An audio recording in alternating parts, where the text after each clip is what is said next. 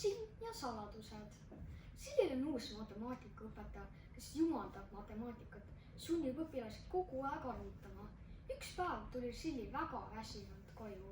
Õpetaja oli lasknud mitu tunda numbreid kokku liita. Mida aeg edasi läks, ta suuremaks, keerulisemaks need numbrid läksid. Silli lesis murelikult. Mõtles, et homme peab jälle kooli minema. Kas teil siis teisi tunde ei olegi? Joonistamist eesti keelt?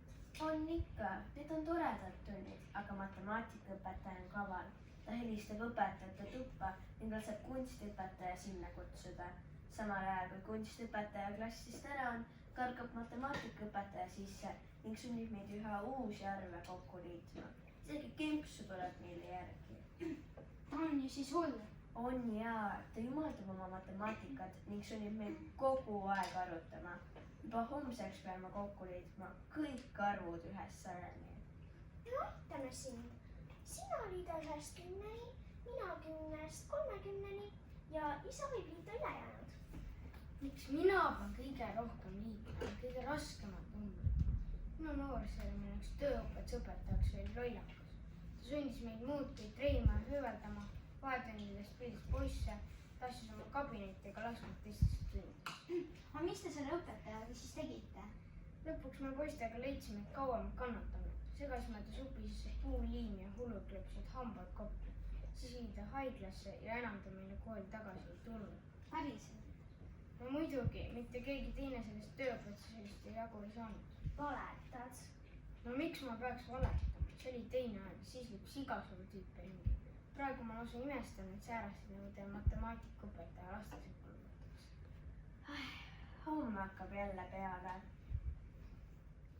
Mõni aeg hiljem. Isa, õpetaja kirjutas mulle e-kooli märkuse ning ütles, et sa pead kooli minema. Mis sa siis paha tegid? Ma võtsin kooli kaasa tahvelarvuti, sest ma ei jaksa enam päev läbi arvutada. Täna oli eesti keele õpetaja haige ning meil oli 3 matemaatikatundi järjest. See oli nii kole.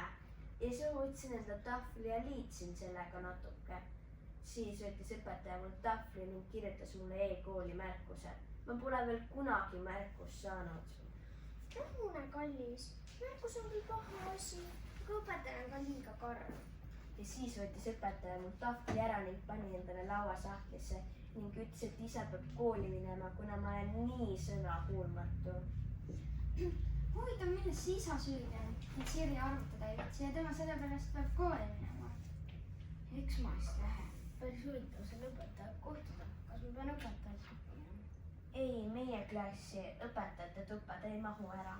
Kuidas nii, mis tähendab ei mahu ära? Ega ta siis ainult sind ei kutsunud. Ta kutsus kõigi laste isad, sest kõik kasutasid tahvleid. Ja kõik said märkuse või? Jah, kõik. Ja kõigilt võeti arvutid ära.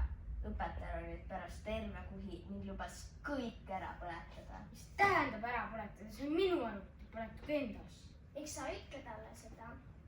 Ja ütle seda ka, et ei tohi lapsi nii väga kiusata.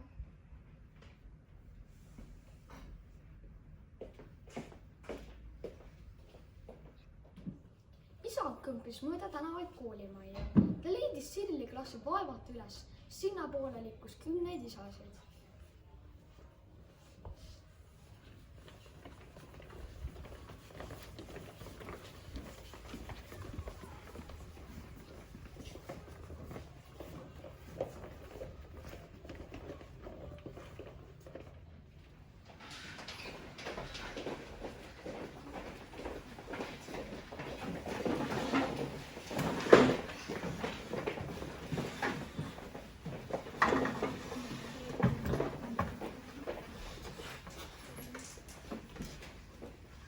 Hea, et ma alles homme pean merele minema. Saab see tigeda lõpsi näed, mida ma temast õige arvan. Meie kusti on avadega täitsa läbi, nagu oleks laeva huku läbi tulnud. Vahel tuleb lausa käpul sööma, ei jaksa püsti seista. See on õige küll. Mis see tähendab? Mida te endast mõtlete? Kas te arvate, et me oleme mingid lapsed? Me oleme isad ja meie ei pea arvutama. Vaid, sa kontroll teeb. Mis te mõtlesite, et saate siin laisad niisama molutada? Otse kohe hakake liidma ja kes pigerdab, see läheb nurga ja jääb suve tööle. Mina olen suvel merel. seda me veel vaatame. Kui sa kontrollid ära ei tee, siis on jääma merest tilkagi.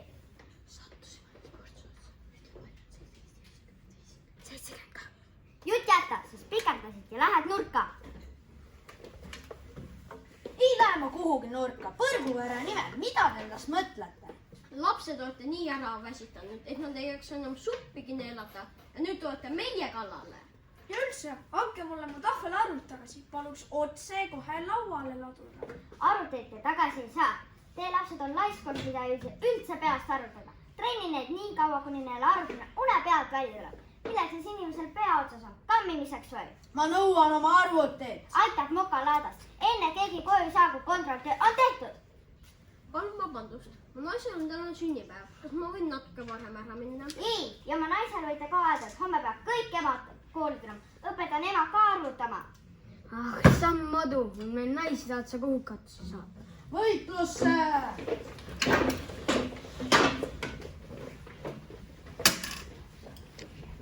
Kas me Kiliani läheme? Mitte sugugi, see on meie isa kohus. Vaesed vaimulased, kui oma isa neid ei kaitse, kes siis veel? kuhu me ta paneme? viime ta laevale, ma sokutan ta ära Aafrikasse. las kantsendab seal ahve ja liidab neile sabasid. värdikutel ei tee midagi, nad saavad puu otsa põgeneda, kui rehkendamine juba liiale läheb.